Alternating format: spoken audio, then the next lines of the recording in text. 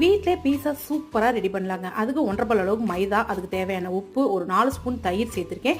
அதோட தேவையான தண்ணி ஊற்றி பரோட்டா மாவு மாதிரி பிசைஞ்சு வச்சுக்கோங்க. இது 2 பீஸா செய்யலாம் அந்த மாவில்.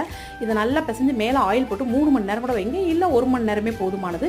மிளகாய் வத்தல் 2 அந்த விதைகள்லாம் எடுத்துகிட்டு சில்லி ஃப்ளேக்ஸ் ரெடி பண்ணி வச்சுருக்கேன். அது மாதிரி 4 spoon ketchup, 1 spoon Kashmiri chilli powder போட்டு கலந்து வச்சுக்கிட்டேன்.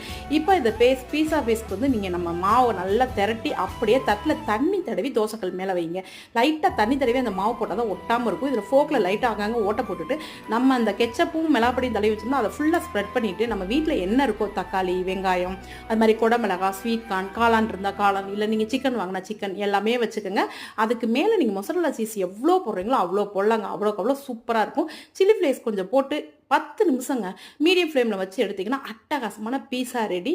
நம்ம போய் எங்கேயும் வாங்கணும்னு அவசியம் இல்லை, வீட்டில் செஞ்சு பாருங்கள். டேஸ்ட்டில் அடிக்கடி வீட்டில் தான் நீங்கள் செஞ்சு சாப்பிடுவீங்க.